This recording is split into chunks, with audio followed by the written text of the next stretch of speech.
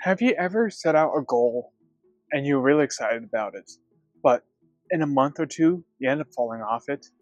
Well, if you've had that, then you're not the only one. In fact, each new year, droves of Americans set out to have New Year's resolutions.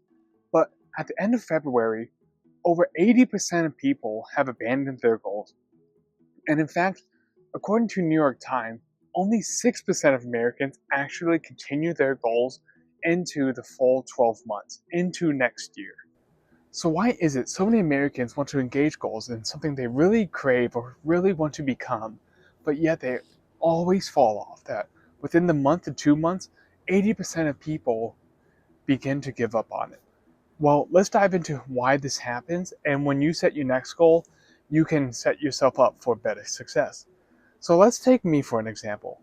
I used to be 310 pounds, and I had a few goals year after year of wanting to lose weight. You know, the typical goal that people might set for New Year's or halfway through the year, or, you know, just that typical healthy goal, or I want to be more active, that style of genre. And time and time again, I would make it a few weeks, maybe a month, but I wouldn't be able to stick with it. And something I discovered that would be happening over and over and over is I would make too drastic of changes that would be compatible with the way I actually live my life. So, one of the things is I would go actually from eating cookies 5 to 6 times a week, multiple cookies at once, to not eating any types of sweets at all once I begin this goal. And my body, maybe 2 weeks in, 3 weeks in, I would have these insatiable cravings of I just want sweets, I just want cookies, I need this. Because you got used to a certain type of lifestyle. And if you create a big change of no sweets at once, or say if you would eat, maybe you're trying to give up meat and you eat meat 7 times a week, or something like that, or you want to go to the gym 7 times a week or 5 times a week, and you didn't go out one at all, and all of a sudden you are going every single day or every other day. Well, that's a huge shock to your body. It's not used to that. It's had no time to adapt to the changes that you're currently doing. All of a sudden, your body's freaking out, saying, "Oh, for me, where did all the sweets go? Where did this go? We got used to this. All of a sudden, there's none of this. We need this. We crave it. We need it to survive." Even though you know you don't need it to survive, or you know that to reach whatever goal you have, you don't actually need to have the bad habits at the time. But that's the thing we need to focus on, the habits. So often people set a goal, they focus on the end goal. Whether it's I want to lose 20 pounds, I want to lose 10 pounds, I want to go to the gym 5 times a week, I want to learn an instrument, I want to do whatever it is. But so many people say, okay, how can I get to the end goal as quickly as possible? That's not the way we should be tackling these goals.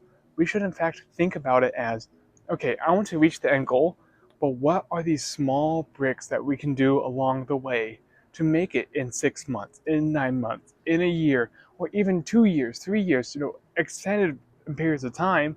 How can we eventually reach that goal? It shouldn't be the shortest way possible. In fact, we should think about it as the most sustainable way possible. That's when we put ourselves as most likely to actually reach that goal.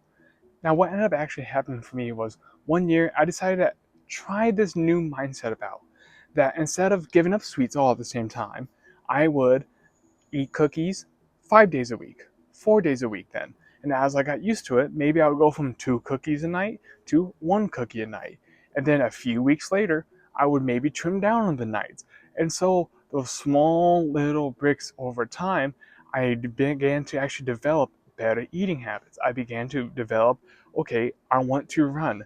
I want to be more active. That didn't mean that I would actually go running every day.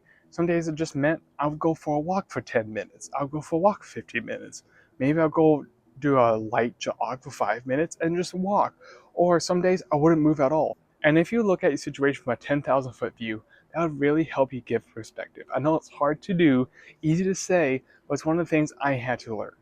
If there were days of maybe I would have multiple cookies, or I would want to not go out, I want to stay in, I'd be like, oh man, I'm a failure. All this psychology stuff goes in. But then you realize, last month I wasn't doing this. Last month, maybe I was going outside 1 day a week, and I've gone outside 3 days a week, I didn't make it to a fourth day. Well, guess what? Those 2 extra days are so much more progress than you would have had if you wouldn't have built those small little habits or those small little building blocks along the way. And that's the way to approach it when you create your next goal is what are these small little habits so you can create bigger habits, because that's how what happens. Rome wasn't built in a day, as the saying goes. So being able to decide, what can I do right now? What can I do right now this week, next week? What do I want to be in a month, in 2 months? And if you're saying I want to lose 10 pounds in 2 months, no, that should be your 6 month goal, 1 year goal. It should be, what small little tweaks can I make now? And once you get used to that, then how can you add on another small tweak on top of that? And that's how habits are formed. That's how we shift our changes into our goals being more aligned with the way we live our lives, compared to be pretty combative when we decide to create them. And then, only then, we give ourselves the best chance to actually be part of that 6% in 12 months or whenever we set that goal, and saying, oh yeah, I set that goal. I learned an instrument. I learned how to cook. I was out active a lot more. I have lost weight. And I mean, 94% of people can't say that because everyone goes in with wanting to go, okay, what changes can I do right now to achieve it as soon as possible? For me, one thing that ended up happening was I didn't see a lot of changes for the first 2 months, partly because I was still eating a lot of sweets. But months 3 and 4, I started to see, wow, I was only eating sweets 2 days a week. I was going outside, going for walks 3 to 4 times a week then. And then I started to see some changes on the scale. Then I started seeing some changes in my diet. And it started to snowball. You know that old metaphor about how you might be on top of a mountain with a small snowball? It's quite small at the beginning, but the more momentum it gets, the harder it is to stop until it's an unstoppable force. And that's the way you should be approaching your goals. That should be the way you are approaching the habits you are creating at the time. They might be small right now, but in a month, in a 2 months, in 6 months, in a year, all those little bricks along the way, or all that little snowball rolling, is going to be creating a momentum for you to align your goals with the way you live your life. And that creates the best situation that you will be able to reach it. Well, thanks for sticking around today. And if you find this video useful, feel free to stick around and hopefully check out some more. But hope you have a wonderful rest of your day, and thanks for checking it out.